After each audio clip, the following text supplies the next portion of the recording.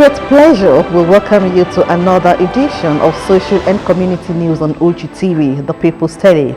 I am your anchor, Bukola Agbakisu. In this package, we bring you the tragic story of 14-year-old Waleat Temilei Keshinro, who we understand died from injuries sustained after she was beaten by some of her male schoolmates, although the case is still with the police. And with one of the very grand yearly celebrations in Ebaland, Lisha Bidi celebration fast closing up on us, we'll take you inside one of the symbols of Egba people, the palace of Alake of Ebaland, to see some of its hidden treasures and history. Don't forget, personality of the week is also part of the package. Stay with us, I'll be right back.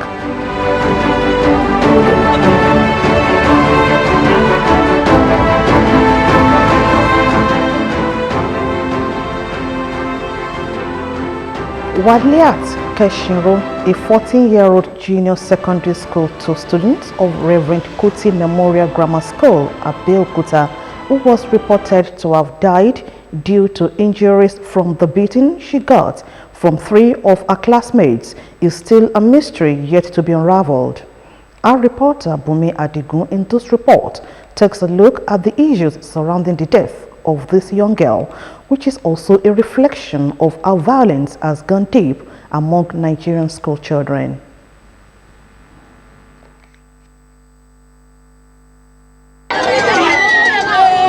If Waleat Keshinro was to be alive, she would have been among these children, rushing out of school to meet their parents at home.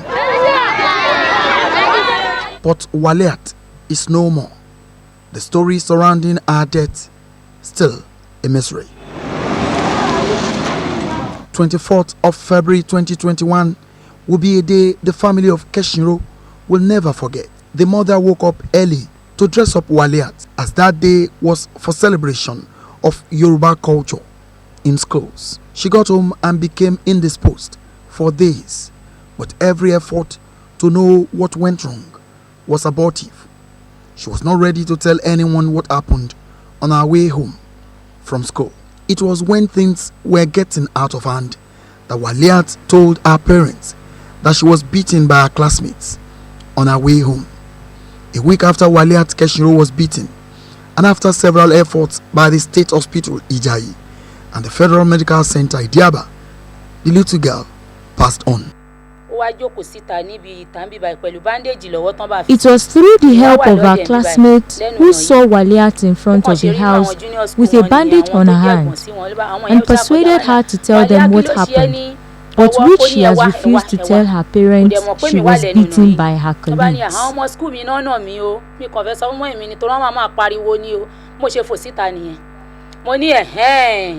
Ó ti ẹ̀dá ṣé pé ṣe náà ti ẹ̀nà ẹ̀ látijọ́ tí bàbá ẹ̀ ń bi ẹ́ tí gbogbo wa ń bi ẹ́ tí ò sọ̀rọ̀.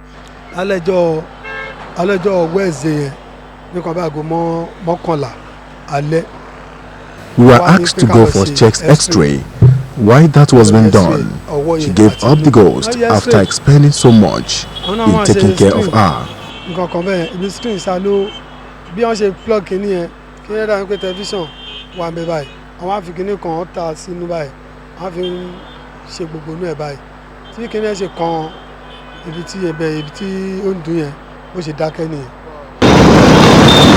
took a visit to Reverend Kuti Memorial Grammar School, Ishabo Abeokuta, to meet with the school authority, but no one had the authority to speak to us. Police Public Relations Officer DSP Abimbola Oyemi confirmed that the command has with them the case file and that they are on top of the matter. A student from Reverend Kuti Memorial College had a fracas with some of her colleagues, and she was beaten, seriously beaten by about 3 or 4 of her colleagues, and they threatened her that she should not inform anybody about what happened. So after the beating, the girl was sick and was taken to the hospital at a Federal Medical Center, Abeokuta here, where she was undergoing a treatment. I think after about 3 days, she confessed, she revealed what happened to her parents. But not quite long, unfortunately, not quite long after the revelation, she gave up the ghost. So the parent came to the station to report, and the police has been on top of it. Investigation has commenced. Those that the girl mentioned during the, we call it dying declaration, when she was about to give up, those she mentioned their name has been apprehended, and we are investigating them. The necessary medical report that is needed, we have applied for it at the hospital, and once we are able to get that, and we have been able to establish the fact that what caused the death of this young girl is the beating he received from those ones, then the case will be charged to court. Ogun State government, through the Ministry of Education, Science and Technology, has also set up a committee to unravel the mystery behind the death of Waliat Keshinro. As at the time of filing this report, the 3 boys accused by Waliat Keshinro before her death have been with the police, and the body of Waliat Keshinro is still at the Federal Medical Center morgue, waiting for an autopsy to medically unravel the cause of her death. Waliat's death is so painful. She is the only female out of the 4 children I have.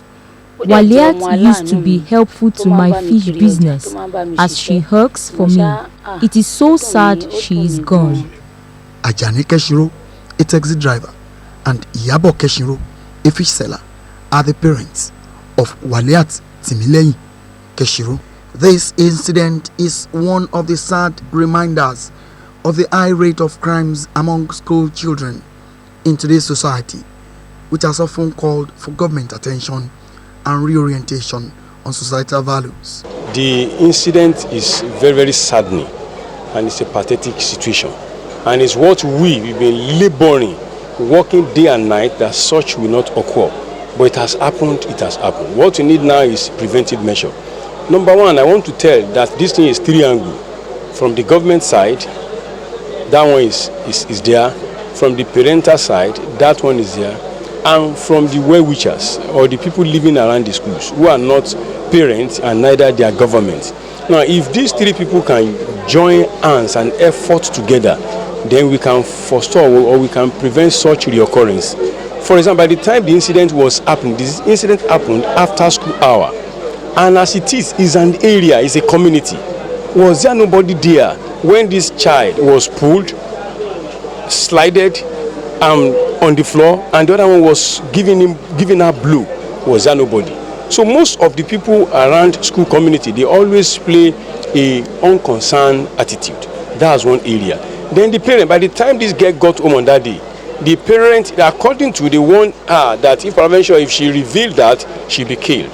And the parent does not even notice any slight changes in the movement or in the breathing or in all the whithersoever of the child until it got aggravated before they take her to hospital. That's one side. Then the government area, we want the government to be much more come to the aid now of the parents, of the children, and most importantly of the teachers, these educational stakeholders. With the case of Waliat Keshinro now in the hands of the police, it is hoped that this would serve as proper deterrent for anyone with intention or motive similar to this. For social and community news, it's been Bumi Adigun reporting for OGTV News.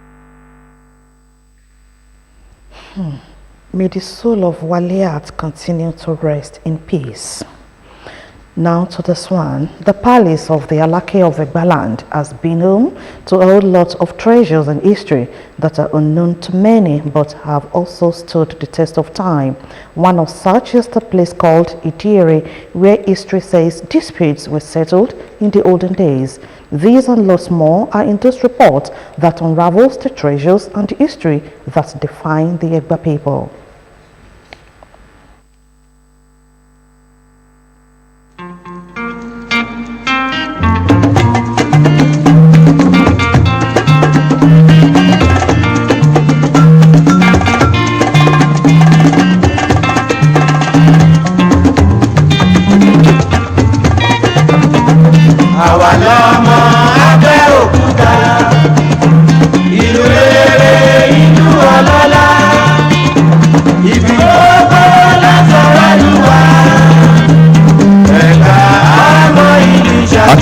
Palace ground is the seat of Alake and the paramount ruler of Egbaland, Oba Dr. Adedotun Aremu Gbadebo, located along Akere Road in Abeokuta South local government area of Ogun State.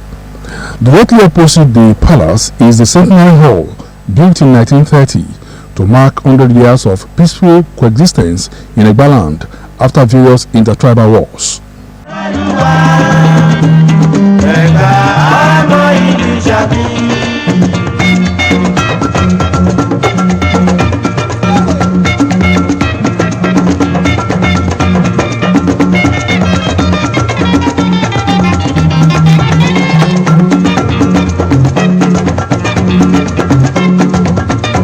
At the entrance of the palace, the first striking thing are two magnificent pillars that anchor the gate, decorated with Alake's emblem, and a bar connecting them with the inscription Ààfin Aláké ti Ilẹ̀ Ẹ̀gbá, which translates to Alake of Egbaland Palace. Further inside, there is more to behold in this tourist attraction, especially some hidden facts and features. Notable among the special features in this palace is the old edifice of the first Alake of the then Abeokuta, Okukani I, who reigned between 1854 and 1862. The palace was built in 1854. The old palace, despite spending a whopping 166 years on earth, is still rich in arts, culture, history, and tradition, not only of the Egba people, but of the Yoruba nation. There are also noticeable beautiful sculptures surrounding the old palace, with each telling its own tale. This one is two gentlemen that carry Igba calabash. Okay. This is a crown. Okay. You can see this is sign of a crown.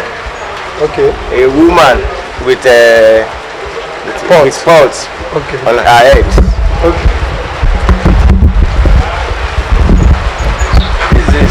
Style, hairstyle. Okay, yes, sir. You can see this is a trumpeter. Okay. And tó ń fún fèrè. Okay. Àbí? Bẹ́ẹ̀ni. Eléyìí náà obìnrin. A woman with a pot on her hand. Okay. A woman with her sibling at the back. Okay. This is a I can say a farmer or a warrior, a chief. This is elephant. Okay. You can see. For us to know that we have elephant in Nigeria, Southwest here. Okay. This is a palm wine tapper. Okay. So on and so forth. One of the amazing things of the old edifice is that its bricks still stand strong, with the wooden windows and 5 main entrances of about 166 years still in existence, except for the little changes and replacement of 2 major entrances with iron doors. Glaring here are the wonders of nature on some of the doors, as they are still very strong. Amazingly, the entrance doors leading to the old palace are shorter than the average height of any man. But what could have necessitated this? Nǹkan ṣẹ̀ṣẹ̀ ó pọ̀ rẹpẹtẹ nínú ìfàdùmẹ́ǹtì bí wọ́n bá ti sílẹ̀kùn a máa bẹ̀rẹ̀ wọlé ní tó kìí ṣe ọ̀rẹ́ ìjọba anybody lè wọ̀. The old palace building in Ake is also the meeting point of some selected chiefs from all sections of Egbaland who settled disputes and discussed the way forward for their homesteads. It consists of many people from various towns. Their main purpose here is to settle conflicts that cannot be settled in their various towns. Wọ́n máa ń pòwe pé akélejò ń kú sí, akélejò ń kú sí, ibi tẹ́jọ́ ń kú sí láké ni. Alake and the paramount ruler of Egbaland, Oba Dr. Adedotun Aremu Gbadebo, sheds more light on some features in the ancient palace and the importance of Idiere. In Idiere, you have chiefs contributed from every part of Egbaland. They sit down, they listen, they go to sites, they settle land matters, marriage, what have you. And they write judgments because they are lettered people, they are not illiterates. Judgments that are given from, they are tendered even at the Supreme Court. They take it to anywhere. So they save the others from having to get bogged down on settlement of disputes. So these are settled in Idire, where they sit down from Monday to Saturday every day, except Sundays. Therefore, a visit to the Ake Palace will be unfulfilling without knowing the roots of the popular saying, Ejotiku Sake, which means the case has ended in Ake Palace. Oba Dr. Adedosu Aremu Gbadebo took his time to expatiate on this. Yes, there are two stories to it. Some people will tell you that there was a woman called Ejo. That woman lived outside of Ake but died in Ake. Others will tell you that because disputes are settled in Ake, judgment is not given. They don't judge cases.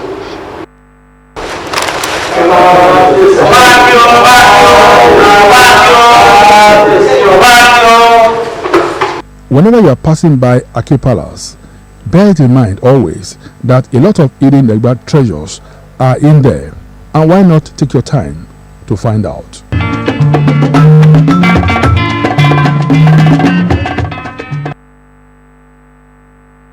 Culture is the way of life of a particular group of people. So, as you can see, let us continue to embrace our culture and tradition.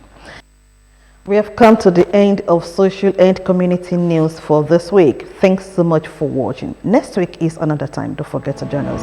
Do have a wonderful night rest. Bye for now.